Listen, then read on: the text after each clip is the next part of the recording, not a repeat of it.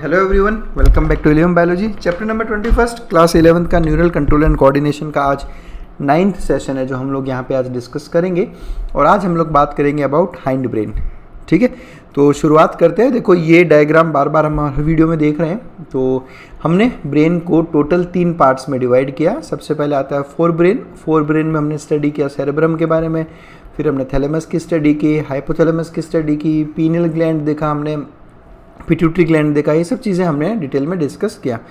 फिर जो second part रहता है वो रहता है मिड ब्रेन, और मिड ब्रेन वाला पोर्शन ये है यहाँ पर, ये इतना सा पोर्शन मिड ब्रेन, इसके बारे में हमने लास्ट वीडियो में डिस्कस किया था।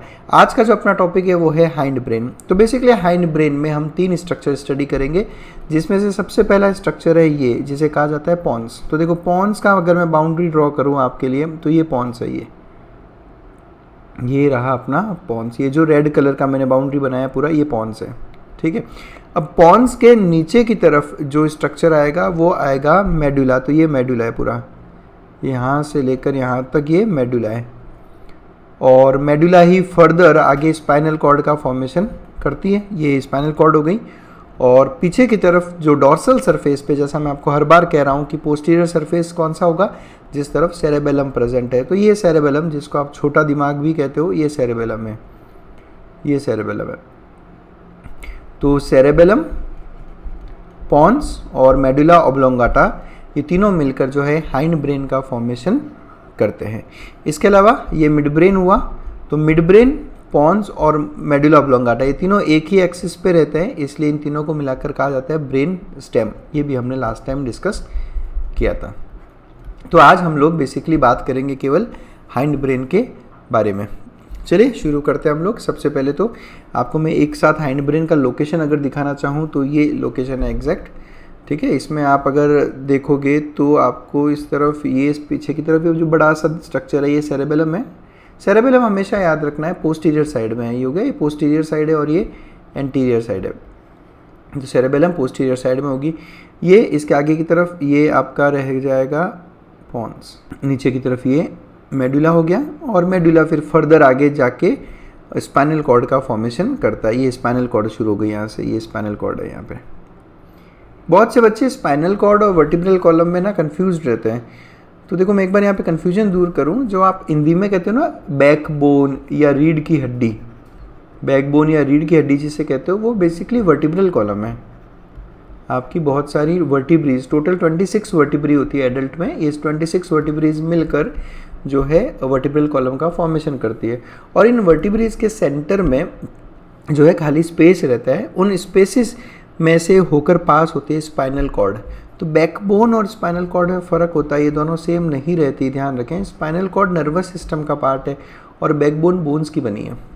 ठीक है, हाँ, वर्टिब्रल कॉलम के अंदर से ज़रूर स्पाइनल कॉर्ड पास होकर निकलती है। जैसा इस पिक्चर में अगर आप अप्रिशिएट कर पाओ तो ये देखो आप, ये जो स्ट्रक्चर्स है ना, ये बैकबोन के स्ट्रक्चर हैं। ये सारी बैकबोन्स, ये सारी वर्टिब्री हैं, सब वर्टिब्री मिलकर बैकबोन बनाती हैं। और इन बैकबोन में यहाँ पर इनके बीच में से होकर गुजरता है स्पाइनल कॉर्ड। ठीक है, तो ये आपका हाइंड ब्रेन। और एक प्रॉपर एनाटॉमिकल पिक्चर देखे तो कुछ ऐसा रहता है। ये यहाँ पर देखो, ये जो एरिया है यहाँ, ये वाला एरिया, ये वापस बता रहा हूँ मिड ब्रेन है। फिर ये हल्का सा एंटीरियर साइड में जो बल्ज्ड आउट एरिया है, ये वाला, ये हो गया पॉन्स। ये पहचानने का तरीका बता रहा हूँ, एंटीरियर साइड में इस तरह से बाहर निकला हुआ रहेगा पॉन्स। फिर ये मेडुला ऑब्लोंगाटा हो गया यहाँ पे, ये मेडुला, और पीछे की तरफ ये हो गया सेरेबेलम। सेरेबेलम का अगर आप स्ट्रक्चर देखोगे तो सेरेबेलम भी सेरेब्रम की तरह कॉन्वोल्यूटेड रहता है। कॉन्वोल्यूटेड मतलब क्या, आप इसका सरफेस देखो, ये सरफेस इस तरह से, ये पूरा जैसा आपने सेरेब्रम में पढ़ा था ना कि इस तरह के कॉन्वोल्यूशंस प्रेजेंट होते हैं, सेम इसी तरह के कॉन्वोल्यूशंस जो है सेरेबेलम में भी प्रेजेंट रहते हैं। अब क्या फ़ायदा होता है इनसे, जैसा हमने सेरेब्रम में भी स्टडी किया था कि इससे क्या हो गया कि सरफेस एरिया बढ़ गया। सरफेस एरिया बढ़ने से क्या हुआ कि नंबर ऑफ़ न्यूरॉन्स जो हैं ज़्यादा अकोमोडेट हो पाते। कैसे, तो आप देखो जैसे पॉन्स का ये स्ट्रक्चर है, ये पॉन्स का स्ट्रक्चर है ना, ऐसा सिंपल स्ट्रेट स्ट्रक्चर है। अब आप बोलो कि यहाँ पे आपको पॉन्स जो है न्यूरॉन्स अकोमोडेट करने, एक तो यहाँ पे, और एक मैं आपको बोलूँ कि स्ट्रक्चर कुछ इस तरह से ही है, ये कॉन्वोल्यूटेड है पूरा। तो न्यूरॉन्स आप यहाँ पे हर जगह पे अगर आप देखोगे तो न्यूरॉन्स अकोमोडेट कर पाओगे। तो सेरेब्रम और सेरेबेलम इन दोनों में ही कॉन्वोल्यूशंस प्रेजेंट होते हैं ताकि आप ज़्यादा न्यूरॉन्स अकोमोडेट कर पाओ, और कुछ इसी तरह से इनको आइडेंटिफाई भी किया जाता है। चलिए सबसे पहले मैं बात करता हूँ पॉन्स की, बात करते हैं यहाँ पर। तो ये स्ट्रक्चर, जैसे अगर मैं इस स्ट्रक्चर में ही सब कुछ रिवाइज करवाना चाहूँ आपको, तो ये देखो आप, ये सेरेब्रम, अभी मैंने कहा ना कॉन्वोल्यूशंस प्रेजेंट है, देखो ये यहाँ पे भी कॉन्वोल्यूशंस प्रेजेंट है सारे। सरफेस एरिया बढ़ाने के लिए किस तरह से हमने इसको फोल्ड्स बना रखे हैं, सेम सेरेबेलम में भी आपको इस तरह के फोल्ड्स दिखाई दे रहे होंगे, ये सेरेबेलम। तो जहाँ फोल्डेड स्ट्रक्चर है वो सेरेब्रम और सेरेबेलम ही हो सकते हैं। तो ये सेरेबेलम हो गया, ये इस तरफ हो गया मिड ब्रेन। ये अगर आपको याद हो कॉर्पस कैलोसम कहते हैं इसे, हमने बात की थी इसकी सेरेब्रम की जब हमने स्टडी की थी। कॉर्पस कैलोसम 2 सेरेब्रल हेमिस्फीयर्स को जोड़ता है। फिर यहाँ पर ये थैलेमस वाला स्ट्रक्चर हो गया और ये हाइपोथैलेमस वाला स्ट्रक्चर हो गया, यहाँ पे ये हाइपोथैलेमस, और फिर हाइपोथैलेमस से नीचे की तरफ आपको पिट्यूटरी ग्लैंड दिख रही है। ये पोर्शन मिड ब्रेन कहलाएगा। ये जो हाईलाइटेड पोर्शन है वो हो गया पॉन्स, पॉन्स के नीचे मेडुला ऑब्लोंगाटा और पीछे की तरफ ये कंप्लीट सेरेबेलम। ठीक है, अब अगर पॉन्स की मैं बात करूँ तो पॉन्स, ये जो पॉन्स वेरोलाई इसका पूरा नाम है और इसका मतलब होता है ब्रिज। पॉन्स वेरोलाई एक वर्ड है जिसका मतलब होता है ब्रिज। क्यों इसे ब्रिज कहा गया, इसको समझें आप। देखो आप, अगर आपको ये कलर्ड पोर्शन क्या है पॉन्स, मेडुला से अगर मिड ब्रेन कोई इम्पल्स भेजना हो तो पॉन्स हेल्प करता है। सेरेबेलम से मिड ब्रेन की तरफ या सेरेबेलम से ऊपर की तरफ, ऊपर मतलब मिड ब्रेन, फोर ब्रेन, कोई मैसेज भेजना हो तो पॉन्स ब्रिज की तरह काम करता है। तो बेसिकली पॉन्स को ब्रिज इसीलिए कहा गया बिकॉज ये कनेक्शन का काम करता है इन इम्पल्सिस में। इसमें कुछ फाइबर ट्रैक्ट्स प्रेजेंट होते हैं जो ब्रेन के डिफरेंट रीजन्स को आपस में कनेक्ट करते हैं। जैसा कि अभी हमने देखा कि सेरेबेलम को मिड ब्रेन से और मेडुला ऑब्लोंगाटा को मिड ब्रेन से, तो different parts of brain are connected by this bridge, that's why it is called as pons. ठीक है, हम एनसीईआरटी से ज़्यादा बाहर नहीं जा रहे, आप बस इतना ध्यान रखें कहाँ लोकेशन इसकी प्रेजेंट है और एनसीईआरटी ने इसके बारे में हमें क्या नॉलेज दिया है, बस उतना ही ध्यान रखेंगे। तो इसमें बेसिकली फाइबर ट्रैक्ट्स प्रेजेंट होते हैं जो डिफरेंट रीजन्स ऑफ ब्रेन को कनेक्ट करते हैं। अब मेरा सवाल आपसे ये है कि सर ट्रैक्ट्स क्या होते हैं, ये हमने डिस्कस किया था जब हमने, अगर आपने मेरे वीडियो सारे देखें डिटेल में नर्वस सिस्टम वाले, तो इनफैक्ट एनसीईआरटी वाले में ही हमने ट्रैक्ट ये वर्ड डिस्कस किया था। तो कमेंट सेक्शन में आओ और मुझे बताओ कि ट्रैक्ट बेसिकली या टेक्निकली किसे कहा जाता है। नेक्स्ट बात करते हैं सेरेबेलम। तो जैसा अभी मैं डिस्कस कर चुका हूँ ऑलरेडी कि बहुत कॉन्वोल्यूटेड सरफेस है इसका। कॉन्वोल्यूटेड मतलब कि इस तरह से आपस में कुंडलित हुआ हुआ, ये ऐसा कुंडली टाइप में, जैसा आपकी स्मॉल इंटेस्टाइन होती है वैसा। तो काफ़ी कॉन्वोल्यूटेड सरफेस है इसका, ताकि सरफेस एरिया बढ़ सके और एडिशनल स्पेस मिल जाए बहुत सारे न्यूरॉन्स को। तो सेरेब्रम और सेरेबेलम दोनों में ही ऐसा होता है। नेक्स्ट बात करते हैं मेडुला ऑब्लोंगाटा की। तो मेडुला ऑब्लोंगाटा जैसा हमने अभी डिस्कस किया था कि मेडुला ऑब्लोंगाटा ही कंटिन्यू होकर आके स्पाइनल कॉर्ड बनाती है। देखो यहाँ पर ये स्ट्रक्चर जो है ना, ये मेडुला है, दिस इज मेडुला, और आगे मेडुला ही क्या बना रही है, यहाँ से लेकर यहाँ तक स्पाइनल कॉर्ड, मतलब spinal cord, medulla continues into spinal cord. और मेडुला ऑब्लोंगाटा याद रखना ब्रेन का पार्ट है वो, और यही कंटिन्यू करता है इनटू स्पाइनल कॉर्ड। अब देखो आप यहाँ पर एक चीज़ समझने की है कि ये यहाँ से लेकर यहाँ तक, तो ये पूरा स्ट्रक्चर कहाँ प्रेजेंट होगा, स्कल में। ये सब कुछ कहाँ प्रेजेंट होगा, स्कल में। और उसके आगे का ये जो स्पाइनल कॉर्ड है अभी हमने डिस्कस किया, ये प्रेजेंट होगी वर्टिब्रल कॉलम में। यानी कि अब आप ये खुद सोचें, अगर सारा स्ट्रक्चर ऊपर वाला स्कल में प्रेजेंट है और मेडुला ये कंटिन्यू होकर स्पाइनल कॉर्ड बना रहा है, इसका मतलब स्कल के अंदर एक बहुत बड़ा होल होना चाहिए नीचे की तरफ। यहाँ पर ये यहाँ पर एक होल होना चाहिए। क्यों होना चाहिए होल, क्योंकि इसी होल के थ्रू जो है स्पाइनल कॉर्ड बाहर निकलेगी ना स्कल से। स्कल तो पूरा बोनी है ना, तो स्पाइनल कॉर्ड जब उस स्कल से बाहर निकलेगी तो एक होल होना चाहिए ना वहाँ से। तो इन होल्स को फोरामेन कहा जाता है। तो आप कमेंट सेक्शन में आके मुझे बताओ, इनफैक्ट नीट यूजी में भी ये क्वेश्चन आता है आपके है कोर्स में, इस फोरामेन को क्या कहते हैं। फोरामेन बेसिकली वापस बता रहा हूँ, जो ब्रेन होता है ना अपना, ब्रेन का सॉरी जो स्कल होता है अपना, और उन स्कल में ना कुछ होल्स प्रेजेंट होते हैं। इन होल्स में से नर्व्स, ब्लड वेसल्स या कुछ स्ट्रक्चर्स पास ऑन होते हैं, ठीक है, तो जिन्हें फोरामेन कहा जाता है। तो आपको मुझे इस फोरामेन का नाम बताना है। ये अपने स्कल का लार्जेस्ट फोरामेन है, ठीक है, जिससे जो है स्पाइनल कॉर्ड बाहर एग्जिट करती है। तो मुझे कमेंट सेक्शन में आके इस फोरामेन का नाम बताओ। ये आपके स्केलेटल सिस्टम का क्वेश्चन है। तो medulla is connected to spinal cord, बिल्कुल सही बात है। अब मेडुला के फंक्शंस की बात करते हैं। नीट के सबसे फेवरेट क्वेश्चन है ये कि मेडुला में कौन कौन से सेंटर्स प्रेजेंट होते हैं।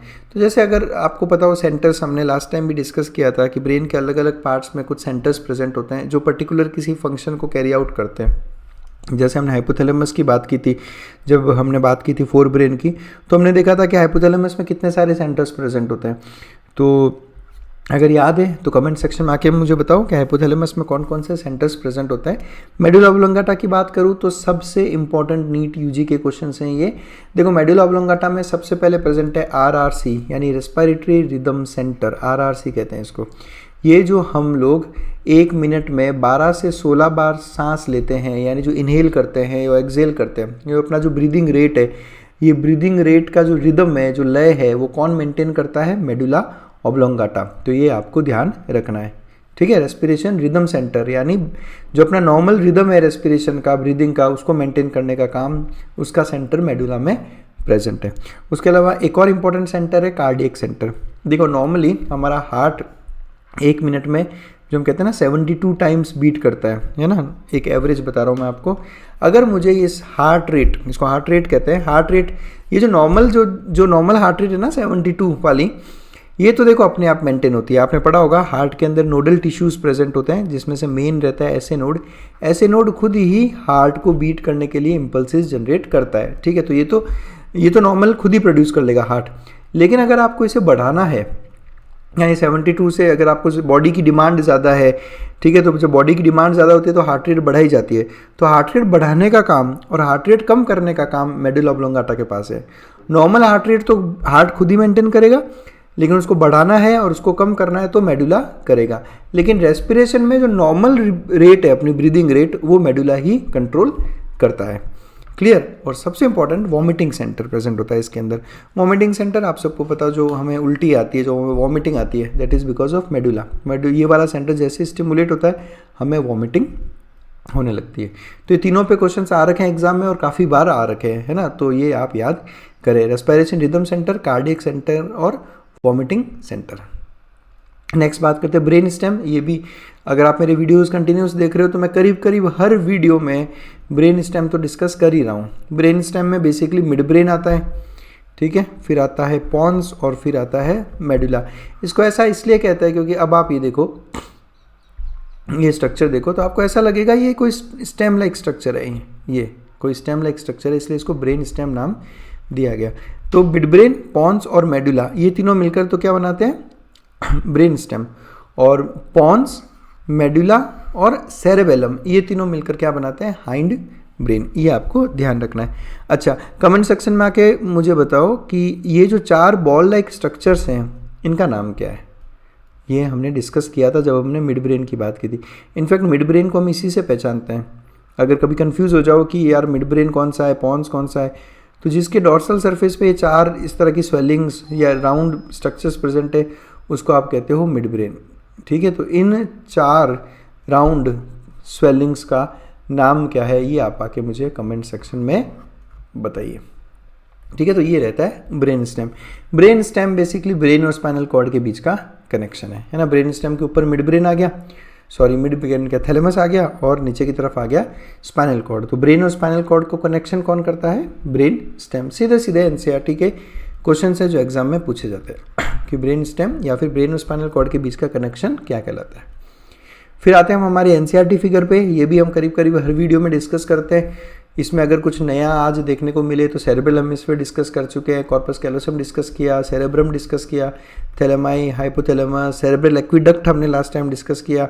मैंने आपको ये भी बताया था कि ये कंटिन्यू करता है पॉन्स में, मेडुला में और इवन नीचे जो स्पाइनल कॉर्ड है वहाँ तक भी जाता है। ये पूरा का पूरा जो हमने लास्ट वीडियो में वेंट्रिकल्स की बात की थी, सेरेब्रो स्पाइनल फ्लूइड की बात की थी, तो ये देखो ये सारा का सारा कंटिन्यूएशन है और यहीं पे सेरेब्रो स्पाइनल फ्लूइड प्रेजेंट होता है जो सर्कुलेट होता रहता है। मिड ब्रेन डिस्कस कर चुके हैं, आज हाइंड ब्रेन में पॉन्स, सेरेबेलम और मेडुला डिस्कस किया और स्पाइनल कॉर्ड डिटेल में आपके कोर्स में नहीं है। तो ये था स्ट्रक्चर अबाउट हाइंड ब्रेन। अगर आपको डिटेल में ये सब चीज़ें भी पढ़नी है कि हमें और डिटेल में चाहिए तो नर्वस सिस्टम का एक प्लेलिस्ट है, उसमें आप जाइए, उसमें हमने सब कुछ डिटेल में स्टडी करवा रखा है। अगर आपको फिर भी किसी तरह के डाउट्स हो तो आप मुझे इस नंबर पे व्हाट्सअप करें, मेल डालें या फिर इंस्टाग्राम हैंडल पे मुझसे बात कर सकते हैं। और अगर आपको लगता है कि वीडियोस बहुत अच्छे हैं और आप हमें सपोर्ट करना चाहते हैं तो ज्वाइन करें हमारे चैनल को, मेंबर बने हमारे, ताकि इस तरह के और भी बहुत सारे वीडियोस जो है आपके लिए ओपन हो जाएंगे। तो बस that's it, thanks a lot for watching us.